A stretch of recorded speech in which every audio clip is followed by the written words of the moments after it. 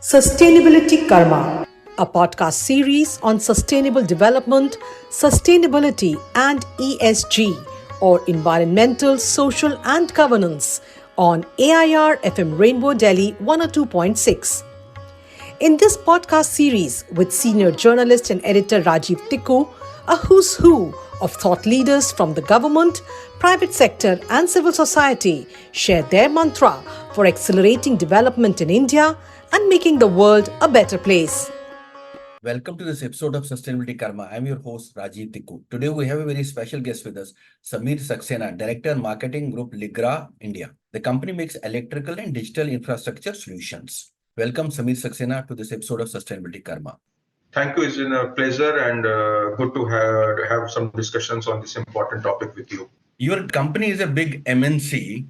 Now, how do you respond to externalities like climate change? So I think it has 2 or 3 layers. If I look at the top down, so starting say from UN, so UN has a charter of 17 sustainability development goals.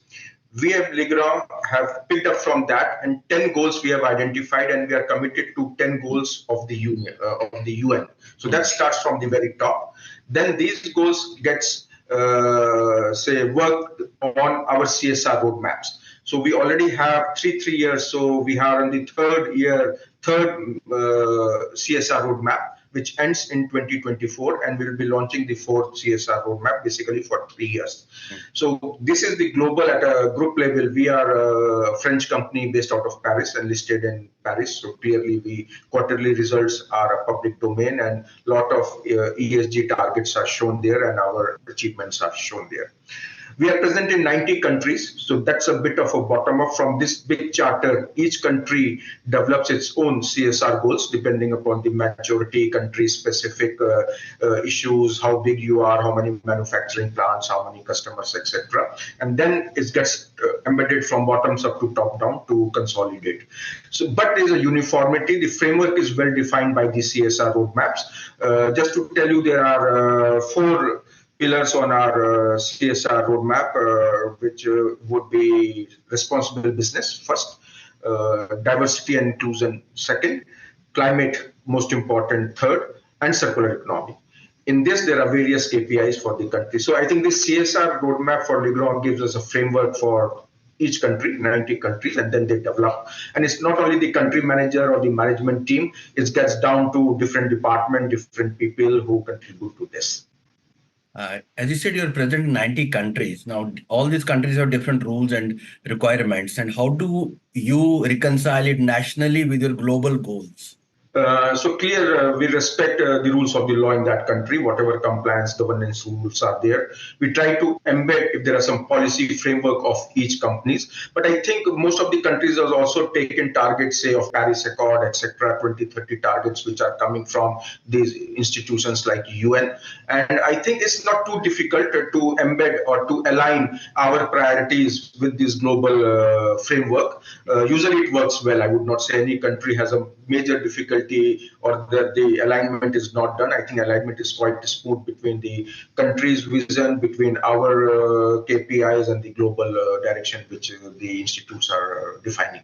What's the role of electrical and digital infrastructure and connected solutions in climate action, and how? So for us, we are a typical manufacturing company. Lot of plants all across the world, lot of customers, lot of vendors, lot of suppliers. So clearly the scope runs from scope 1, scope 2, scope 3 on all these parts. So if I start with responsible business, clearly starts from customer first. We have to ensure customer satisfaction. We do a global survey to get a feedback and ensure that more than 90% of our customers are satisfied.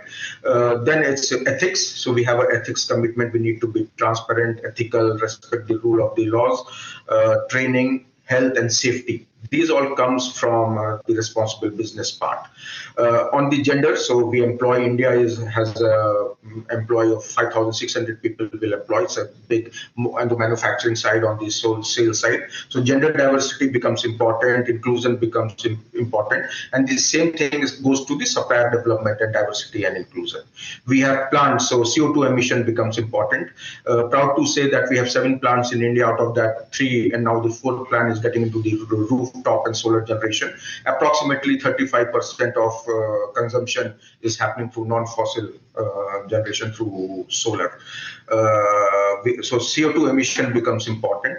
And on the circular economy, we try to recycle some of the products, take back some of the products. We are into the UPS business, so lead component is a bit high. So we need to be as responsible as possible to get into the actions on circular economy. Sustainability Karma, a podcast series on sustainable development, sustainability, and ESG for accelerating development in India and making the world a better place. Most manufacturing companies find it difficult to address scope 3 emissions. Now, how are you doing it? Yes, I think it's an interesting challenge. So first, clearly, scope 1, scope 2 clearly with us.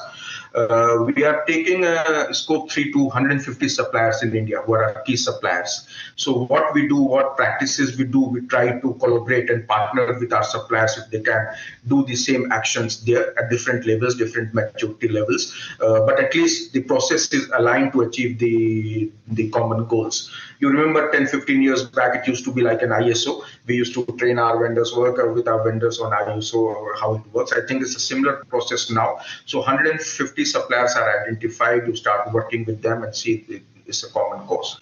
The second is the transportation. Also, we are big. We have a lot of supplies through road transportation to our customers, and also we get our raw materials from the vendors. So we try to use EVs, starting to use EVs and see that can be reduce the cost. One important part on the climate is or circular is also plastics.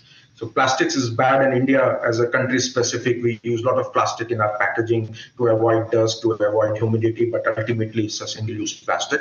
We have clearly taken targets and some of the projects are already on how can we reduce the single-use plastic. I think that's one of the biggest initiatives we are taking in India. And what are the latest innovations which are happening in the industry to make it more climate friendly? I think the entire electrical industry, and I talk about India, is committed. So three types of players in the industry. One, big multinationals like Legrand, who are really organized and committed to these goals. We have large Indian companies having their own framework and committed to the Indian policy. And there are some small SMEs also. So it's a mix of industry which contribute to the entire electrical industry. If you ask me, is there organized data on CO2 emission of the electrical industry? No, not yet. But what we feel, what we hear, what we discuss when we meet, that each company as an industry on its own are working towards this alignment, and it gets embedded onto the government policies where India, have signed up targets, 2030 targets, etc. And finally, what would be your agenda for the government on behalf of your industry? I think CSR is a bit long term. It doesn't changes year by year. India has signed at the Paris Accords 2030. I don't think, and nothing might change. There is a big commitment of the government on solar, on EVs, on sustainability. I think the framework is well defined. And like I said, the countries and the subsidiaries of Legrand are aligned on these KPIs. It's a long-term goal. I think the alignment within India is also good. We are a growth story, but clearly the growth story has to be a sustainable growth story. That's the buzzword in India, that we have to grow fast, we have to grow for long, but it has to be sustainability. We can't miss this opportunity for our future generation. And I think Legrand as a company worldwide and in India is committed to this cause. Thank you, Mr. Samir Saxena, for joining us in this conversation today. Thank you very much for sharing your insights about the industry and how you are becoming more climate friendly also. Thank you so much. A pleasure talking to you. We hope you like this program. This program is also live streamed on All India Radio and aired on community radio stations. We look forward to your feedback on our WhatsApp number 9818120554. For participation in this program, write to us at sustainability.karma@gmail.com. You may also connect with us on social media. This podcast is also available on podcast hosting sites. Looking forward to meet you again next week with a new episode and a new guest. Till then, goodbye from all of us. Sustainability Karma, a podcast series with senior journalist and editor Rajiv Tikoo on sustainable development, sustainability and ESG.